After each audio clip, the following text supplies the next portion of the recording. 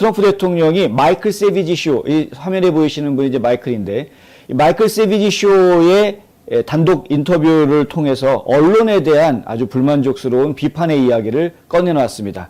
이 소식을 전해드려야 될 것 같아서 일단 골라봤습니다. 이날 인터뷰에서 진행자가 트럼프에게 이렇게 질문을 합니다. 조 바이든 대통령 치하에서 나라가 녹아 떨어지고 있는 것 같지 않느냐? 이렇게 질문을 던지니까 트럼프 대통령이 그렇다라고 하면서 국경을 보면 그렇고 또 법조계를 본다고 해도 또 마찬가지고 언론을 보면 이 참 미디어를 보면 솔직히 이 미디어가 이 갇혀져 있는 폐쇄된 클로즈드 미디어다. 이제 이런 이야기를 합니다. 그러면서 우리는 더 이상 개방적이고 자유로운 미디어를 갖고 있지 않다. 이런 이야기를 했습니다. 이러한 것이 결국에는 언론들이 정치적으로 편향돼서 유권자의 탄압 여론조사를 꺼내들고 민주당을 지지하면서 보수의 목소리를 억누르고 침묵하는 방향으로 가고 있다라고 이제 지적을 하고 있는 것인데 상당히 우리 언론사들이 강하게 이 문제에 대해서 좀 각성해야 될 부분이다 하는 것이죠.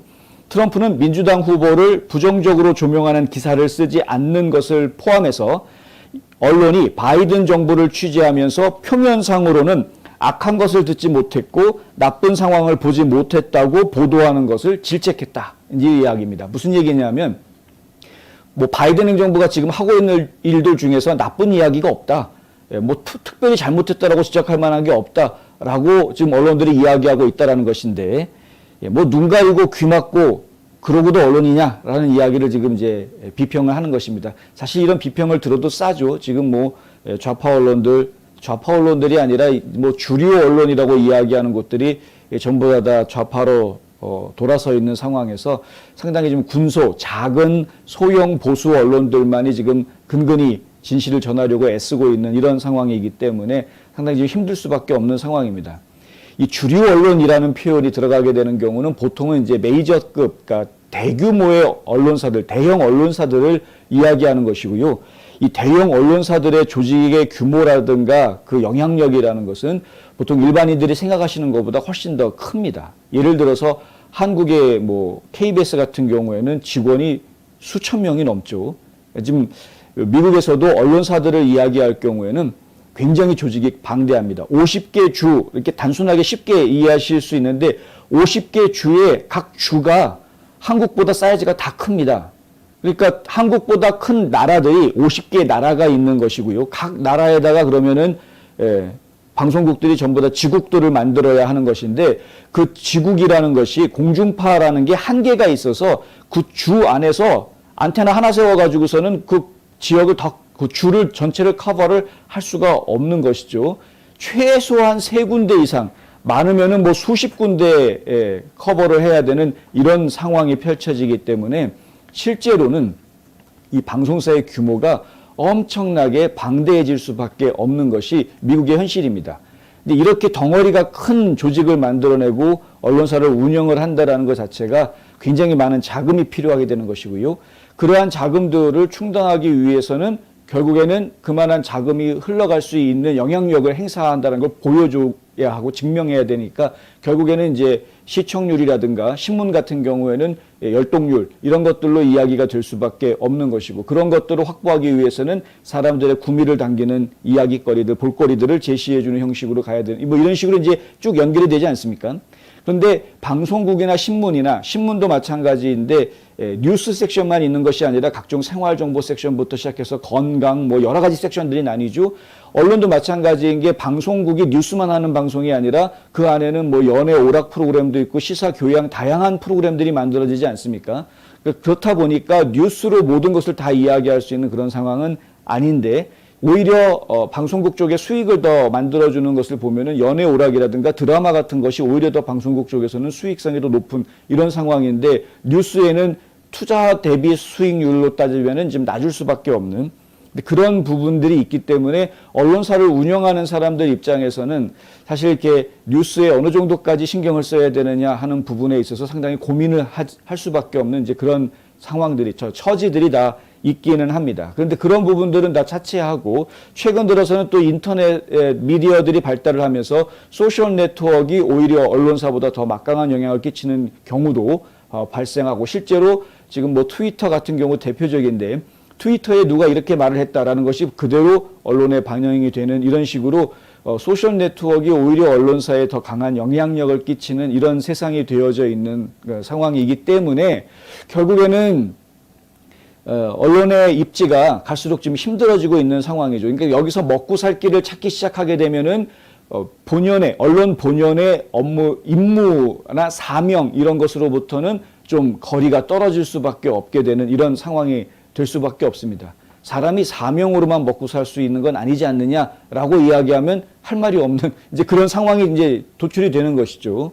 그러니까 언론사라는 것이 참 쉽지가 않습니다. 저도 한국에 있는 상황들을 보면서 한국의 언론들을 보면서 안타깝다라고 생각을 하지만 저렇게 많은 그 애국 우파들이 있다면 그러면 제대로 된 언론이 왜 나오지 못할까라는 안타까움도 있는 것이죠. 그런데 그런 언론사들이 어떤 그 1인 매체, 뭐 저희 뉴스미디어라든가 뉴스앤포스트라든가 다른 인터넷 매체들처럼 규모가 작은 매체들이 감당할 수 있는 일이 사실 아니기 때문에 굉장히 많은 인력이 필요한 작업입니다. 실제로는. 그러니까 그러한 작업들 하기 위해서는 적어도 기자도 뭐 몇백 명씩 있어야 하는 것이 사실 맞습니다.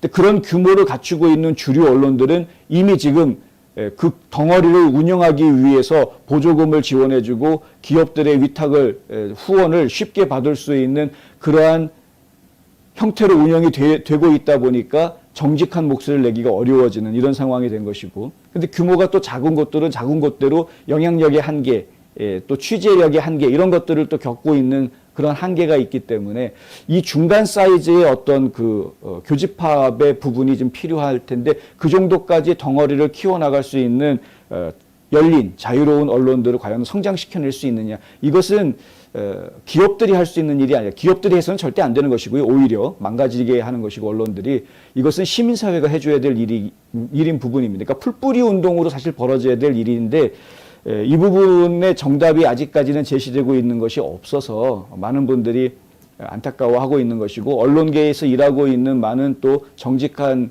저널리스트들이 또 상당히 지금 답답해하고 있는 이런 부분이기도 합니다. 근데 어쨌든 간에 이 트럼프 대통령이 이야기하는 내용들은 사실 틀린 바가 없습니다. 자, 여기에 보면 이제 이런 이야기가 나옵니다. 그들은 아무것도 듣고 싶어 하지 않는다. 그것에 대해서 쓰지도 않는다. 이것은 유착이다. 유착이라는 이야기가 이제 나옵니다. 그러니까 이제 언론과 정치계가 유착하는, 그 정치계와 경제계가 또 유착하고, 경제계와 언론이 또 유착을 하고, 이렇게 돼버리면 나라 망하는 것이죠. 아무도 이런 걸 본 적이 없다. 이 모든 것이 이 시기에 벌어졌다라고 트럼프 대통령이 말했고요. 자, 그것은 선거 직전에 벌어진 일이다. 특정 주제에 대해서 이야기하지 않는다. 누구보다 잘 알지 않느냐. 그것이 공산주의의 시작이다. 상당히 중요한 말을 했는데요. 이게 바로 공산주의의 시작이다라고 지목한 겁니다. 언론이 정치의 하수인이 돼버리면 그러면 그때부터는 공산주의 같은 일당 독재가 시작이 될 수 있는 환경이 만들어지게 됩니다. 이 공산주의가 자리를 잡는 데 있어서 가장 중요한 부분이 바로 선동입니다.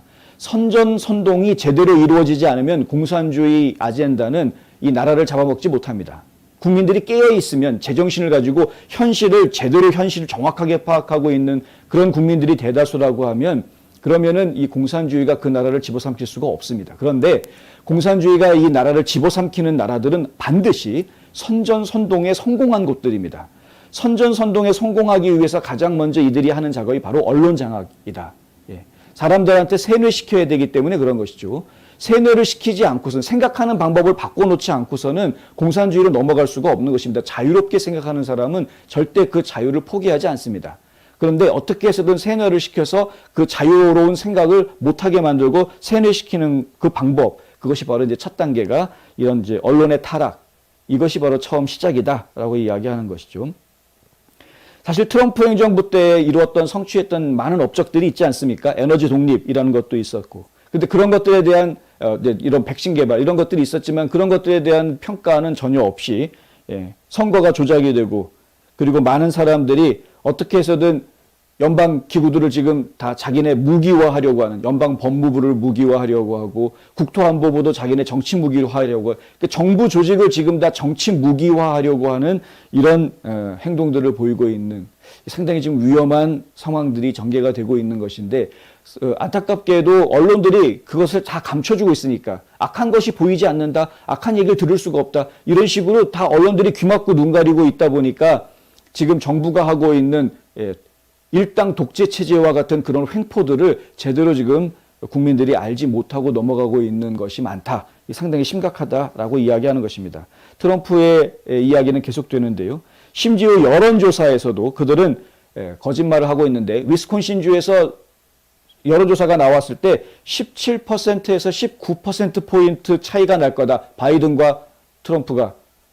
이게 2016년에도 이미 그랬다. 힐러리 클린턴과 트럼프와 차이 17에서 19% 차이가 날 것이다. 아주 힐러리 클린턴이 대승을 할 거다라고 예언을 했는데, 여론조사 결과가 그렇게 나왔는데 실제로 뚜껑 뒤집어 보니까 어떻게 됐습니까? 위스콘신주에서 트럼프가 이겼습니다. 2016년에.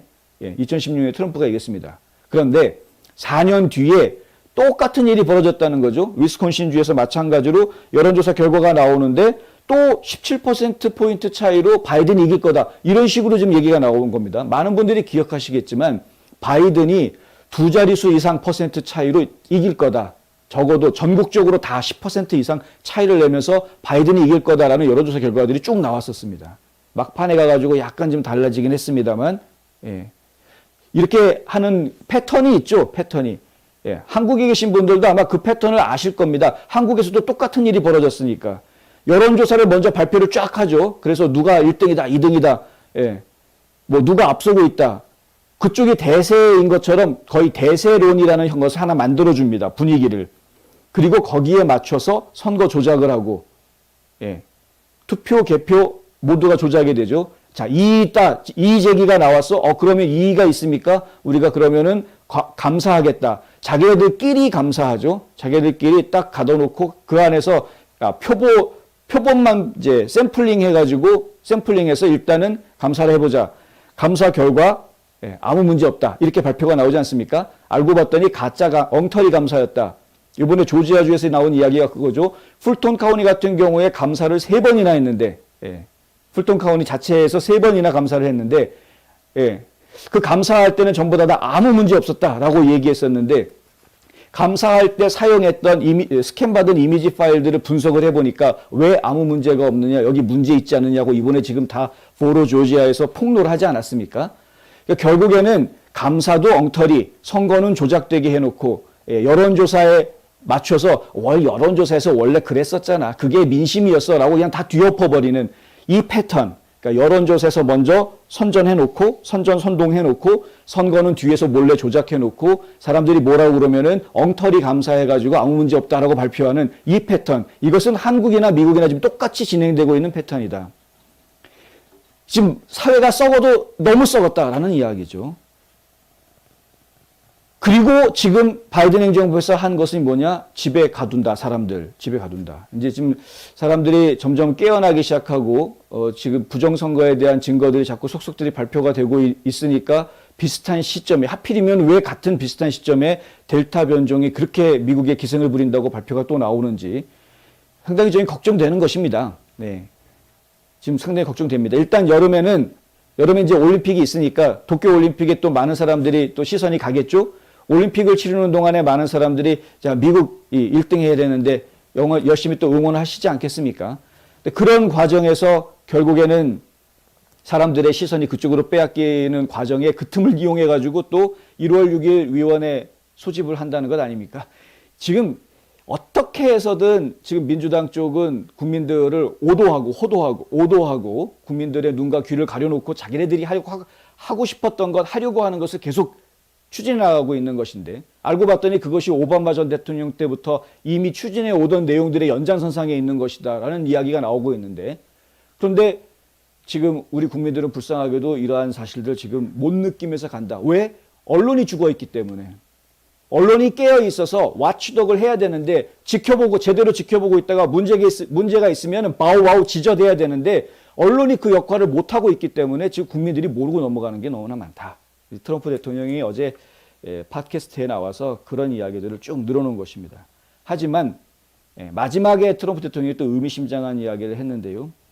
이렇게 언론들이 해봤자 결국은 그들 손아귀에 놀아나는 것이다. 그들은 그것에 대해서 말하지 않을 거다. 당신은 반대편과 관련해서 더 안 좋은 것들을 찾을 수도 있다. 그들은 그것에 대해서 절대 쓰지 않을 것이다. 예. 이것은 믿기 어려운 일이다. 하지만 언젠가는 그래야 할지도 모른다. 사람 언론도 끝까지 눈 가리고 귀 가리고 할 수는 없을 것이다. 언젠가는 언론도 결국에는 이야기를 하는 날이 올 것이다.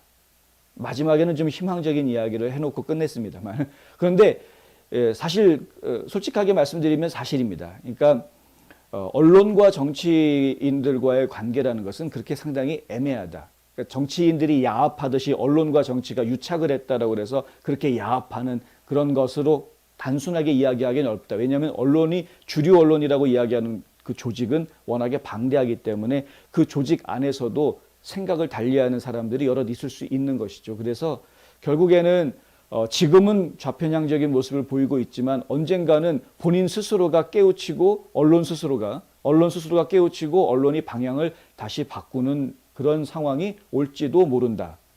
제발 좀 그런 날이 왔으면 좋겠습니다. 네. 제발 좀 그런 날이 왔으면 좋겠고요. 그것은 민주당 쪽에서 급진좌파 정책을 얼마나 더 서둘러서 진행하느냐에 따라서 더 큰 언론들이 그 자극을 더 받을 수밖에 없다. 이건 아니지 않느냐. 글쎄 이건 아닌 것 같은데 라는 그런 일들이 자꾸 벌어지게 되면 사실 양심 있는 기자들이 한두 명 손을 들고 일어설 수밖에 없는 그런 일들이 벌어지게 될 것이다. 저희는 그날이 속히 오기를 사실 기다리고 있습니다.